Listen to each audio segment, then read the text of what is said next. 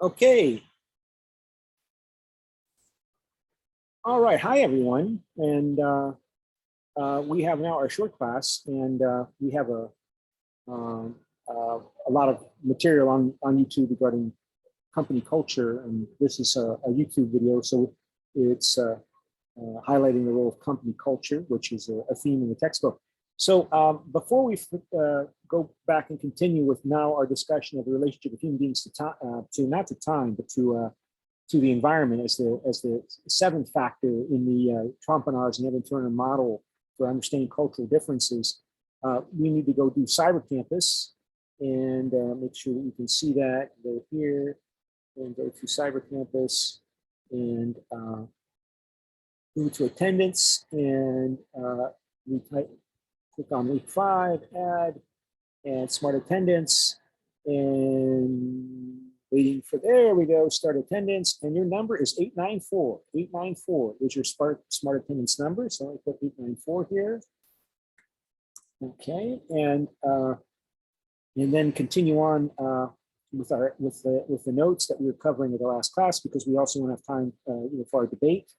And okay, how we managed, we already covered time, and let me get this out of the way, and that was interesting. The discussion of time, and make sure, I gotta make sure you're able to see this. So share screen, go here, and okay, so we scroll down to chapter 10, time, how people relate to nature, and again, how people relate to their natural environment is like other dimensions covered in the book, but at the center of our existence as human beings. And he's going to claim, again, building upon lots of research by social science over many, many years and even generations, that this is critical for explaining differences that have developed over generations in people's attitudes towards the environment.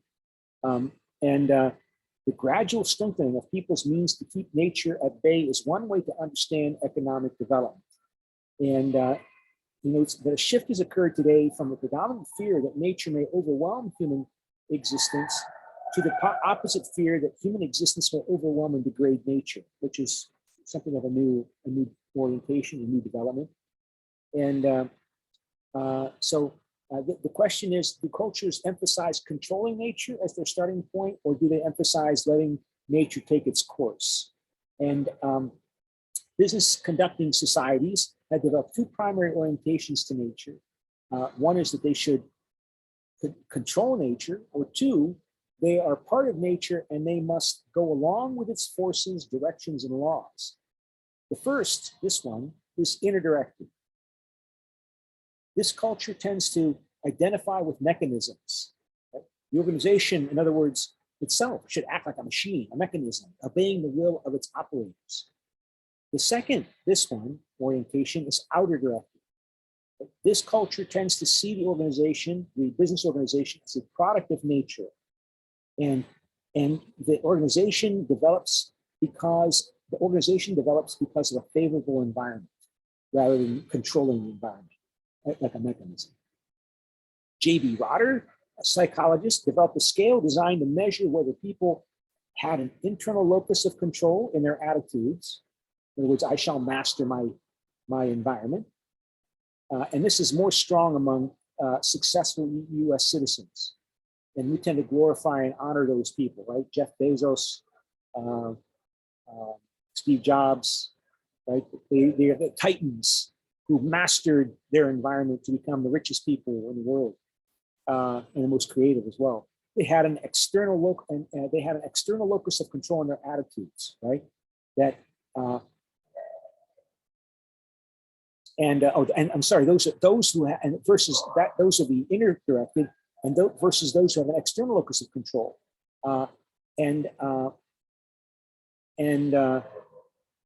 they are they see their circumstances as beyond their control, and their rivals dominate them in their view. So the textbook authors use these questions to build their cultural databases to assess their respondents' relationships with natural events. There's 140,000 business managers, mid-level managers speaking English, The questions they asked these 140,000 managers on this issue take the form of alternatives. So managers are asked to select the statement that most reflected reality. A, it is worthwhile to trying to control important natural forces such as the weather. Is it important to try to control the weather? Think about that. Is it important for human beings, you and I, to control the rain, control hurricanes, typhoons, droughts? Versus B, nature should take its course and we should just have to accept it the way it comes to, and to do the best we can. So let's go here then to the side of the campus and go to, make that easier for you to see. And we go to vote and choose one here. And so again, I think you're not anonymous. So I don't know if that's really that important to you. But please, I think we did this one already, but I didn't really get it set up well last time. So what's this? Somebody's got a chat. Okay, there, that's taken care of. Okay, so if you've already voted, there's 6 people in the class, so 5 or 6 people. So somebody who hasn't yet voted, please vote. Choose A or B. A, it is worthwhile trying to control important natural forces such as the weather, or B, nature should take its course and we just have to accept it the way it comes to and do the best we can. So if you haven't voted, okay, so there we have another person voting. So overwhelming B, that nature should take its course. I have to tell you, I'm A. And I guess, that's one of the reasons why, I'm an American. I mean, this notion that we should strive to control as much of the natural world as we possibly can so that we can control it and use it and also protect it, right? Like, how are we going to deal with climate change? Can we manage our organizations and manage our organizations, business organizations, government organizations, and the people within them to take control of the climate? Controlling both what goes into the climate and maybe even changing the climate. I mean, there's talk about, for example, there's talk about, for example, putting things in the air to reflect sunlight back out into space so it doesn't get as warm, right? These, I mean, the point I'm trying to make is this question is deceptively simple, okay? And so we go back to the notes and share screen, we go here, and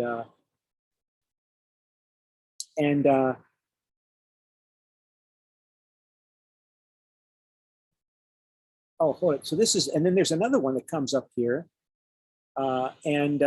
this, okay, and here's another one I want you to choose.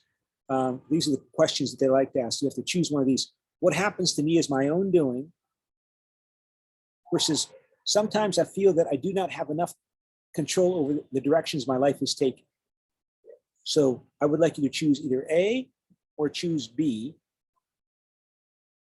on this exercise. So we go back to the screen share, go here, go back to vote, and choose one. What happens to me is my doing, or sometimes I feel that I do not have enough control over the directions my life is taking. So please choose. So we've got 5 people that voted already. Now it's up to 6 people that voted. And most of you chose what happens to me is my own doing. Okay, so let's go back to the notes. And so it says figure 10.1 below shows the percentage of managers that chose A, interdirected. So who chose A? Interdirected, that, what is A again? What happens to me is my own doing. And so we make sure you can see that. And so this is Bahrainis and Egyptians and what's that? Omanis, Kuwaitis, Japanese, Singapore, they all choose A. Very low in terms of choosing A. They rather chose, sometimes I feel I do not have enough control over the directions my life is taking. So again, make sure you can see that.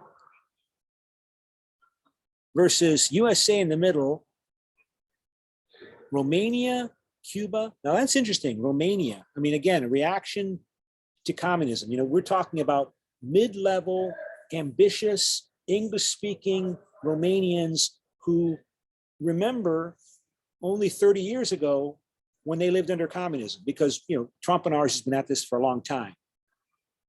So these people want to believe that what happens to me is my own doing. They're telling communism to get away from me. I am responsible for myself, and I will improve my condition, and I will exploit the opportunities that the world has provided for me since the end of communism. And they're well positioned to do it. I mean, they're in Trompenaars and Hampton Turner's courses, and they're speaking English, so they're well educated. They're fluent in English, so they're well educated. That's the emerging middle class in these countries, right? Cuba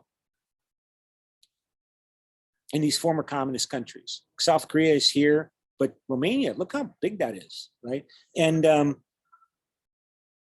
you know, it's just something to keep in mind as we talk about what's going on in Ukraine these days, and the sanctions that the international community led by the United States is putting on Russia. I mean, the danger is that the United States is going to obliterate this middle class, the kind of people that would be in Trompenaars courses, destroy the middle class in these countries as the economy is destroyed.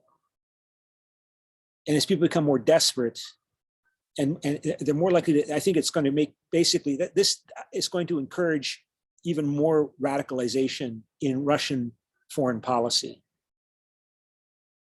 I mean, I have in mind what happened to Hitler, how Hitler came to power, and why Hitler was able to do what he did in Germany. The middle class in Germany had been destroyed by the Great Inflation and then the Great Depression. And their hopes and dreams were gone, had been destroyed because the economy had been destroyed because of the Great Inflation in the 1920s and the Great Depression in the 1930s. And Hitler was promising order to deliver Germany and them from their crisis. And they transferred their hopes and aspirations to Germany, and led by Hitler, to gain some meaning and hope and reason for existence in their lives after their hopes and dreams as members of the middle class were destroyed. So now so that's my concern about putting these incredibly harsh economic sanctions. We're going to strangle the Russian economy.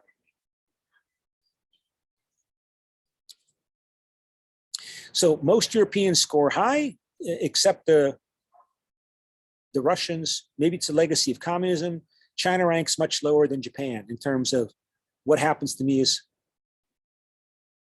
hold it. I think I might have messed this up.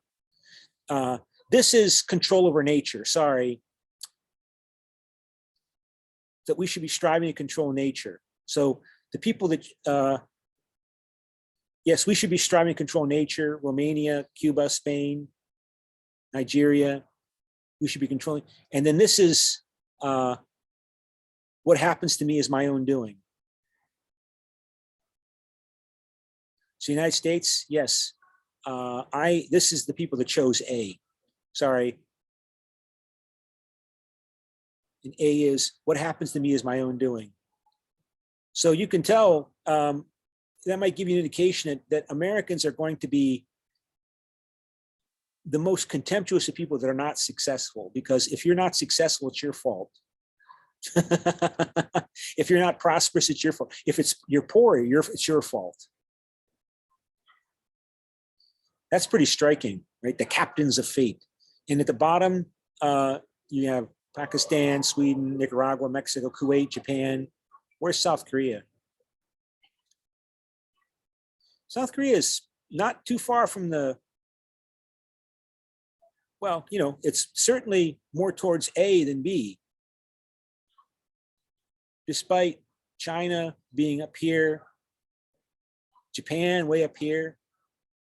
These are also East Asian societies, right? Confucian societies. So to go on here, sorry, I got a little confused there. The post-industrial revolution society has created a world in which entrepreneurs are heroes in overcoming and subduing nature. Keep in mind, again, Jeff Bezos, Steve Jobs, Elon Musk. Success is identified with control over outside circumstances. The US circumstances contributed to this view, including encountering a vast continent with small indigenous population when the European colonists arrived.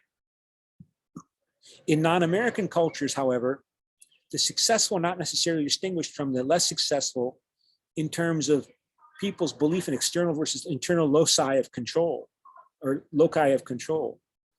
Economically effective ways exist for people to adapt to external influences.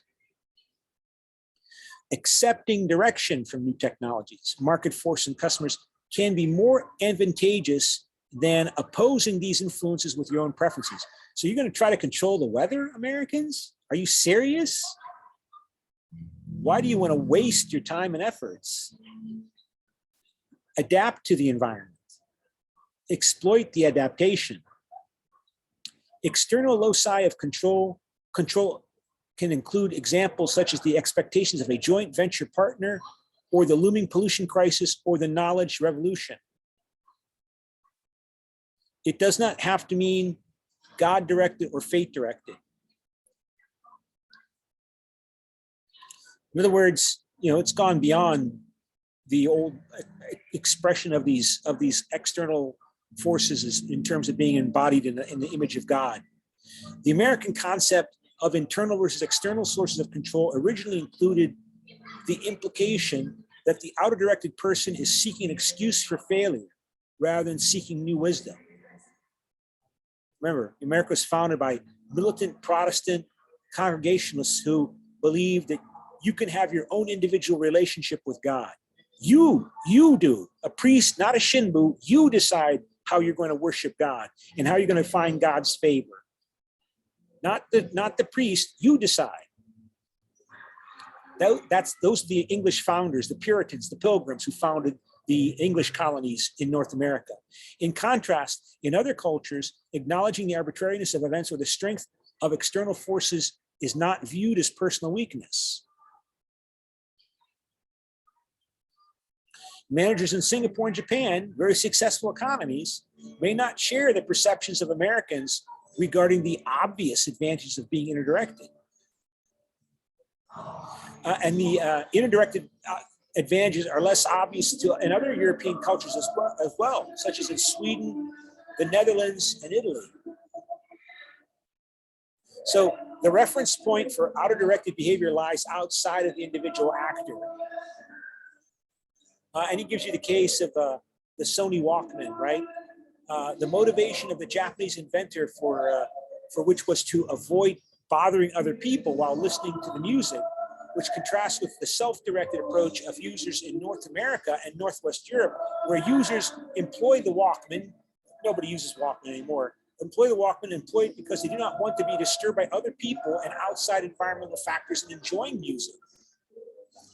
The same applies to consumers in these cultures buying iPods, iPads, and headphones for MP3 players. So MP3, he's updated the Walkman story for the latest edition of the book. So consequently, the authors explain why Northerners have to make the explicit effort to teach concepts and courses such as customer orientation and scanning the business environment to their students. I mean, you have to explain to Americans that they've got to, business students, that they've got to be customer oriented, and that they have to scan the business environment. The authors claim, Trompenaars and Turner claim, that they do not need to teach these notions to outer-directed cultures like Singapore and Japan, because this concept comes naturally there. Of course, you don't even need to teach it. The authors also explicitly note that outer-directedness does not disqualify rivalry or competition. Instead, this outer-directedness gives form and style to competition and rivalry. So, for example, in Japanese culture, to be directed by the force of a competitor or a customer is to use another's powers in a more effective combination or harmony, hua, whatever. It does not imply lack of combativeness. And he references judo here, right?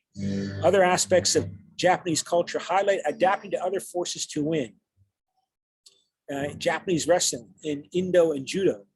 The ending do means way of. Kendo, the way of the sword. Bushido, the way of the warrior. So you adapt to these outer forces, these expectations, the way of the warrior. What are the expectations on the warrior? What are the way? Adapting to these expectations, rather than the American view is you conquer and dominate. One learns their practices and disciplines to become a more effective and formidable competitor, not less. One responds to these forces and keeps one's balance, like a more effective surfer responding to waves better than a competing surfer. Right? So you can still win because you adapt to the environment more effectively. In Eastern sports, the focus of the opponent are harnessed to one's own forces. In contrast, in Western sports like American football and baseball, the zero-sum game is highlighted. That is, one side overwhelms the other as a result of a clash of opposites. I know baseball is very popular in South Korea, but again, the influence of South Korea is considered to be something of an exception because of the strong influence of American culture. Interdirected wills clash in a series of one-on-one clashes. If I lose, or you lose, then you should melt with the victor. If you can't beat him, then you should join him. They note in their book that business negotiations in Western cultures are often portrayed as won or lost, depending on the extent of how much one side originally wanted was gained, and compromise is considered to have been a compromise weakening the moral authority of the compromiser. If you compromised, you didn't get what you wanted.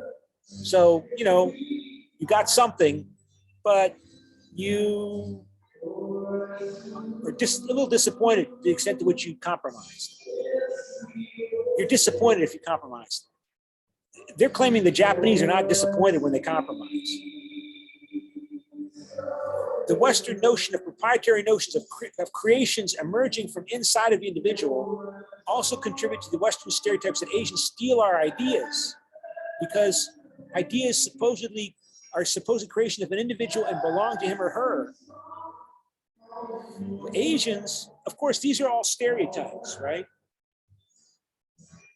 Asians may rather view existing technologies as part of the environment that wise people harvest and incorporate into themselves, and which they then refine. That is the concept of kaizen, or refinement. It has high cultural prestige in East Asian cultures. It is admirable to incorporate the finest forces in the environment in shaping the character and behavior of the individual and the organization. It's not copying.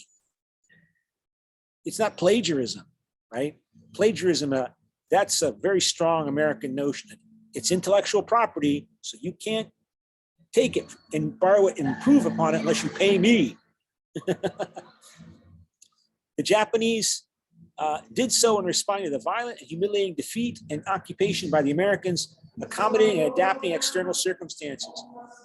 That is also known as a crisis. A crisis is an opportunity.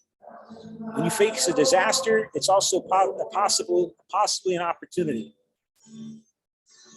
And then they go on here, the interdirected mechanism, the Renaissance ideal. And they talk about how, let me see where we want to get to here, because we got to get through all of this. Okay, so Copernican and Newtonian notions, views of the universe heavily influenced the Western world, with its assumptions of the universe being a vast perpetual motion machine that God energized and left for his worshippers to discover. Predicting and controlling nations' machinery was necessary to understand it. The individual therefore hypothesizes and deduces the principles and laws from this experience. If the predicted result occurs, then the principle is correct, and we as individuals are enlightened. To become interdirected then became the proof of scientific truth or veracity. Enlightened humanity is therefore the master mechanic with its firm hand on the control levers of reality. In the 17th and 18th centuries, the distinction between the physical and human world began to break down with the application of mechanistic concepts to human nature, which had previously been the purview of religious authorities. The body, even if reluctantly, should be the subject to the dictates of reason. Earlier belief in magic to control the world and oneself came to be replaced by technique, that is, attitudes of action on the basis of mastery of internal and external challenges by reason, thereby to account for and master what had previously been subconscious, making measurable and generalizable quantitative what had previously been unique qualitative, thereby making clear and precise the outlines of nature in order to take hold of what previously had been seen as chaos under the control of the divine, so as to order it. Nature therefore became objectified after the Renaissance. The new order and its representatives increasingly emphasized manipulation of nature rather than viewing it as passive. Quantification became central to science. It also applied to social science. So now we have a modern view, the cybernetic cosmology, the modern view of nature. So he highlights that in the field of cybernetics, a more inclusive concept of a living system underpins modern system dynamics. This system both nurtures the individual while individuals can develop it further while being dependent upon it. So that's where they want to go here in this book. It represents a shift from attempting to seize control over nature to working within assumptions of ecological self-regulation and natural balance among its components. The manager does not cause organizational development, but rather intervenes within it. Organizational systems and markets have their own momentum, which managers can influence but not drive them. External forces influences grow as the number of economic actors in the world expands, yet at the same time we demonstrate the more determination to create our own space among them. So we're always adapting. We're always adapting. You have to always adapt, even as you innovate and respond to control your own local circumstances. So that summarizes the concepts here. So let's go to an exercise. Let me see, where's the next exercise? I don't know if really. Here's an test yourself. And it says here, so no one dealing with customers is without a strategy of sorts. Our task is to find out which of these strategies work, which don't, and why. Devising our own strategy in the abstract and imposing it downward only spreads confusion. Or two, no one dealing with customers is without a strategy of sorts. Our task is to find out which of these strategies work and then create a master strategy from a proven successful initiatives by commending and combining the best. Three, to be a leader is to be the chief deviser of strategy. Using all the experience, information, and intelligence we can mobilize, we devise an innovative strategy and cascade it down to be vigorously implemented. Or four, to be a leader is to be the chief deviser of strategy. Using all the experience, information, and intelligence we can mobilize, we create a broad thrust, leaving it to subordinates to fit these customer needs. So they ask you to indicate, well, let me see what I asked you to do, because I had to modify the exercise a bit for the cyber campus. And let me go back to the cyber campus and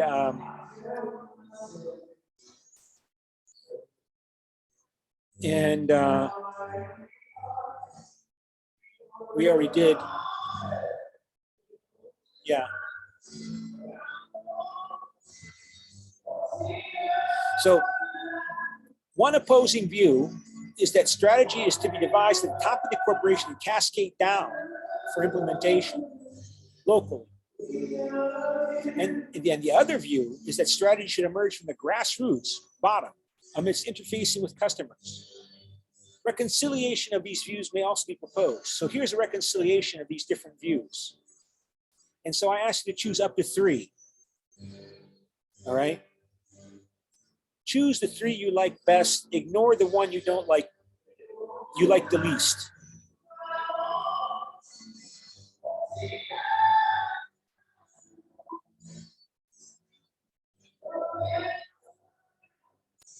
Yeah, so I see your responses here.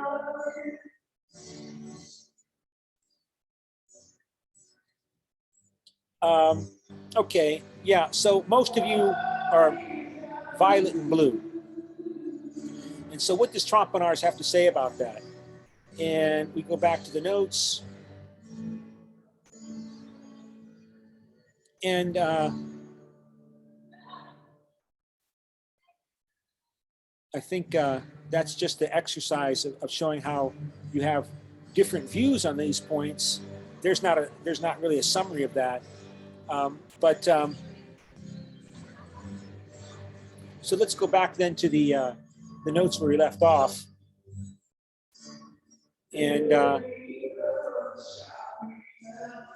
orientations to nature have a significant impact on how we conduct our day-to-day lives and manage business. Cultures may seek to master nature, to accept and be subjugated by it, or live in the most effective harmony with it. Nature is, in fact, both controllable by man while also being able to show sudden reversals and relative strength. Nature may then become man's master. Neither position of mastering or being subjugated is stable or very desirable. A subjugated nature may not be able to sustain humankind on Earth. So that goes back to the climate change note thing. You can't subjugate nature. You need to adapt to it. Even though we have to master ourselves and master our organizations in order to bring about this broader adaptation to nature. A product may succeed in the market for reasons other than those that come from inside us. And these reasons involve how other people in the environment think and not with how we think of ourselves. It includes how customers think. We may have a challenge in adapting if our orientations toward ourselves interdirected. If the customer's preferences are different from our own, then are we willing to change our minds? And he goes on to note here, some of the world's best economic performers are outer-directed because they form better relationships with external market niches and conditions, focusing less on defeating and eliminating competing firms. Managers do not decide, markets do. But on the other hand, the belief that the environment is all-powerful can dangerously lead to resignation and fatalism, but the opposite belief that the individual is solely responsible for his success or failure can lead to blaming the victim, scapegoating, and lack of compassion for those who suffer misfortune.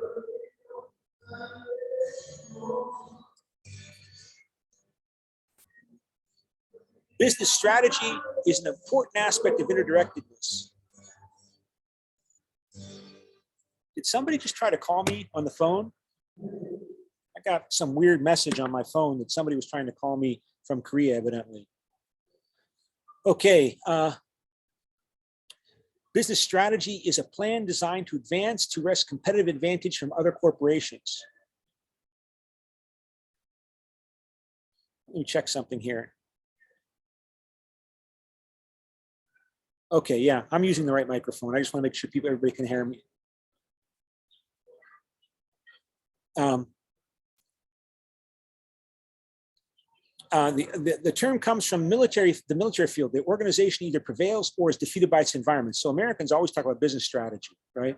The Japanese and other outer-directed business cultures have been noted as lacking interest in business strategy as a management concept because it's too militaristic.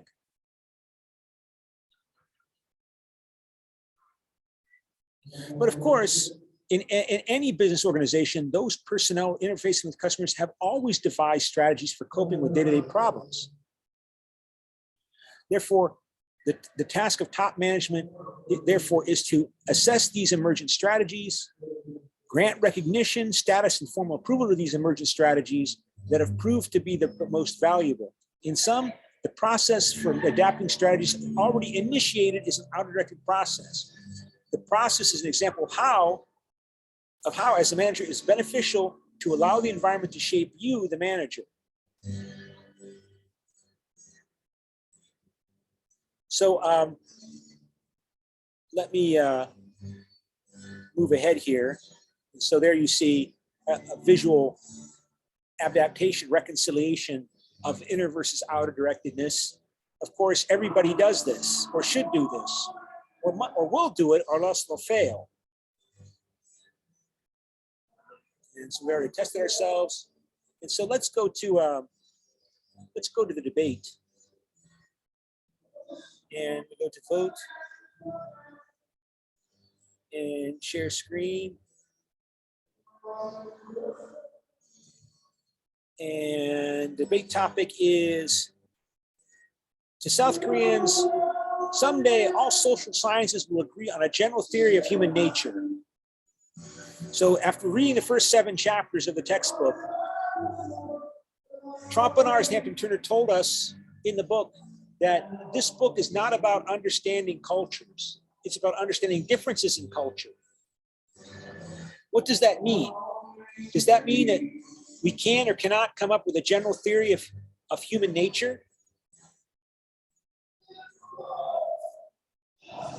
And so I'm going to allow you to join the breakout rooms you want to join. And we have, well, let's just have 2 groups and let you choose. And we'll rename this one Pro. So based on the paragraph or your thoughts now, you'll join one of these groups. Okay. And so please join those groups, pro or con, based on the paragraphs that you wrote. So, Deakwan, Kritika Keu, Shin Yong Chon, and Gloria Kate. So that leaves Kwan Deok and Shin Yong Chun. So, Shin Yong Chun, are you pro or con? Oh no, nobody else, that's it? Well, it looks like, Gloria, you're the only pro person here. And I'm not gonna, okay, since Gloria is by herself, I am, I'm going to be pro or support Gloria because Gloria shouldn't be alone. And I'm not gonna tell you my personal view right now. I think I sort of indicated it on the notes that I sent on your paragraphs, but let's start off with Gloria. So Gloria, please make your opening statement on the debate topic. Pro. Gloria? Gloria? Yes, I'm here. Okay, so make your statement on the debate topic, please. Yeah. So I'm pro because even though some parts of anthropological studies have been disturbing to study at university, in my opinion, the acknowledgement of modern privileges is something that blew my mind, but also something that have made me angry. Asian culture, or some of them, might feel so far away from the modern ways of seeing nature as something really disconnected from us humans. Latin American natives and ancient nation of America have often put nature in the cycle of life. I remember reading that they have to give back to the earth everything they took from her. Everything was connected, everything was cyclic. South Koreans are one of the resilient Asian countries that, even if they are far more industrialized than others, still see nature as something important. But in what way is the question that I've been asking myself. As seen in a figure in the text, 57% of the South Koreans believe it's worthy trying to control the weather. It seems so important to reconcile inner-directed and outer-directed culture, as these last can be directed by the knowledge revolution or by the looming pollution crisis, and the approach of these two is fascinating when we understand that Asians may regard Western technologies as part of the environment, and to take something from the external environment and then refining or improving it is celebrating the environment in itself. We can also see improvement nowadays under consideration the modern view some culture have toward nature, which is shifting from a focus of control over nature towards an ecological and natural balance. As the Okay. figure 10.4 shows us, the worldly and the cyclic reconciliation between internal and external control. Okay. And Khan, Sun Young Moon. Moon Sun Young. Moon Sun Young. Please Yeah, make your con statement. Professor, Yeah. Professor, I'm the side of the coin. All social sciences all have their own personalities and movement. They have more brilliant side when they are contrast culture. So, like in this way, the general history of human nature cannot be more and more persistent in the time flood. The survival on the fittest can be called general history in human history, and many social science notions are based on this human act, but the process is continued in the boundary, and this means relative to human nature. South Koreans also made social science in their cultural boundary, find and save their heritage in the evidence that don't agree with the human nature. Finish. Thank you. Okay, but if is back cultures, what about social Darwinism? I mean, Darwin came up with the theory of evolution. If cultural groups cannot survive and cannot compete with each other, they will have to evolve and change, right? I mean, social Darwinism is a very bad notion because it was used to justify war and violence in international affairs in the late 19th century, and even racism. But at some point, you know, this notion that we're still competing with other groups, and if we, I mean, a general theory of human nature can start with some very simple beginning propositions, right? That human beings have certain needs they need to satisfy, and those needs are motivations, and they form cultural groups to achieve those needs and motivations. And those cultural groups are different, but just because they're different doesn't mean they don't form because of predictable, understandable, quantifiable forces that change as the independent variable, and culture is the dependent variable. But you can clearly identify the independent variables that make culture, can't you? Let's hear from another person that's con. So, and that is Kritika Keu. What is your con statement? Yes, so I think that since there are nuances in the different cultures, it can be applied to the different types of social sciences, whether that's anthropology, psychology, and sociology. So I think that those things aren't mutually exclusive. They can coexist with their own respective theories of human nature, since they look at human nature through different perspectives. And as well, like in the book, we can see that people who are in the synchronic culture and the people who are in sequential culture, they have a hard time working together because one has like a clear separation between time intervals.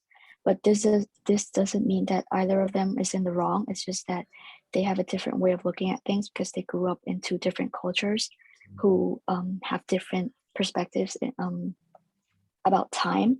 So I think that social sciences will come to, like, people in different social sciences will come to a understanding that there can be many theories of human nature, and those theories don't necessarily have to be the same theory. Well, you know, Kritika, you put psychology, you reference psychology as a social science. Isn't psychology coming up with principles and laws about human thinking, the human mind, and therefore human behavior? Isn't that what psychology is all about? Understanding Yes. what the laws of psychological and patterns and laws of psychological behavior, psychological performance are? Isn't that what psychology is all about? Understanding and understanding human nature? Yes. Okay, then why are you con? I mean, you study theories of psychology, right? Because it's like all social sciences will agree on a general theory, and I don't agree that all of them will agree on a general theory someday. I think they Okay. have different ways of thinking. Yeah, I mean, they have different ways of thinking. You know what? Of course, I'm being devil's advocate, right? But I think that because I'm on pro, but I think that one response could well be that the issue, and this is important, for example, the application of psychology to studying politics and political psychology. That we're talking about what's called a levels of analysis issue. That the behavior of the individual is different from the behavior of the group.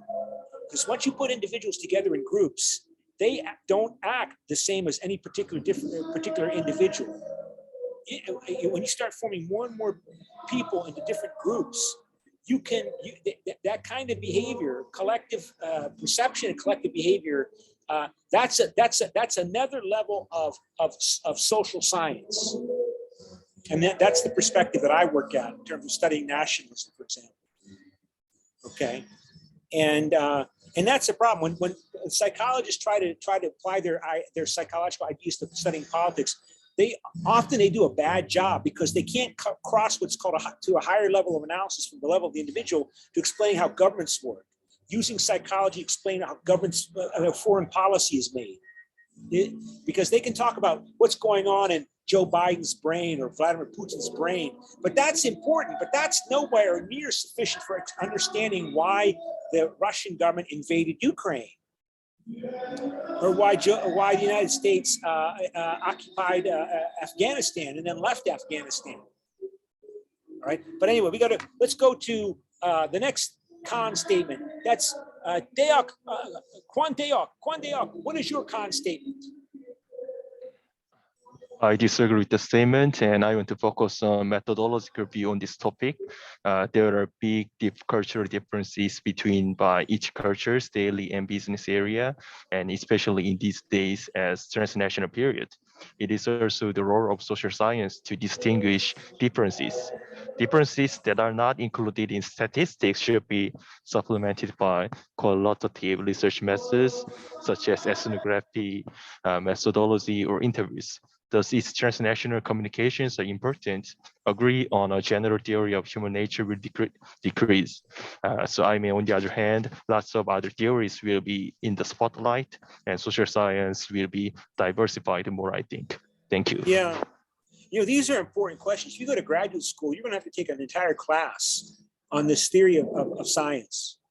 And what is science? And can we come up with, what is social science? And can we come up with general theories? And and this is a big topic of discussion, particularly for the last 40, 50, actually no, since the early 1960s. And so it's so important that basically, like I said, if you go to graduate school, you'll probably have to take a course on the theory and philosophy of science. Like, what is science? Can we come up with scientific principles in social science, like in physics or in chemistry? There's no concrete single answer. I have my own answer, but I'll save that for later. And Shin Young Chon, what is your con statement? I'm here, sir. Okay. I disagree to social science will agree on a general theory of human nature because of a difference between the nature sciences and the social sciences. Social science is science, but it's different to nature science because nature science does not change the phenomenon itself, but each phenomenon in social sciences are all different. There's not the same phenomenon. So social science trying to explain in logically.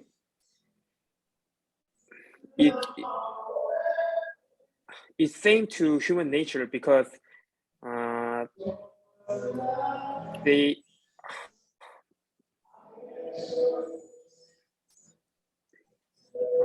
many social science schools are already studying human nature as a social scientific phenomenon. such as psychology, they will not accept any consequences or changes in any form and will try to explain why this happened, even if that occurred that they didn't expect it. They will not stop explain about that the phenomenon. So I think social sciences will never agree with the general theory of human nature. Well, okay, this is preparation for when you start reading the Cresswell and Poth book, because Cresswell and Poth, that second textbook, that's meant to be easy to read. So it's not something to be worried about, but they will begin to expose us to this discussion of what is the nature of social science and what are we trying to do in trying to do social science research. And they don't go too deep very deep at all into these notions of, what is science and can we come with a general theory of human nature. But you made a point that was interesting. You said that in the physical sciences, you do not change the phenomenon when you study it. But Yes. Actually you do. That's always one of the first things you learn when you go to graduate school in the theory and philosophy, theory and philosophy and science, is that a principle was discovered by, I think, Paul Heisenberg, and the Heisenberg uncertainty principle highlighted that when you try to measure the position of a quantum of a subatomic particle in quantum physics, you change its location as a consequence of that attempted measurement. So, yeah, and that level of subatomic quantum mechanics, you do by the act of measuring affect the phenomena that you are studying. And so, I mean, but that's just one example on the extreme levels about physics, right? But typically, we tend to assume that we don't change the laws of physics when we study physical behavior. But I think that's where we need to stop today. And so let's what do we have? Somebody chatting here. Okay. Oh, somebody's got to go. Okay, so vote. Please vote on the debate topic. And it pretty much, well, somebody's now neutral, cannot decide. All right. So somebody said they got to leave to go to class. So I think we have to stop there. And I'll see you on next week in class on Wednesday. Okay. And the others, I'll see you if you have class on Monday. All right. Bye.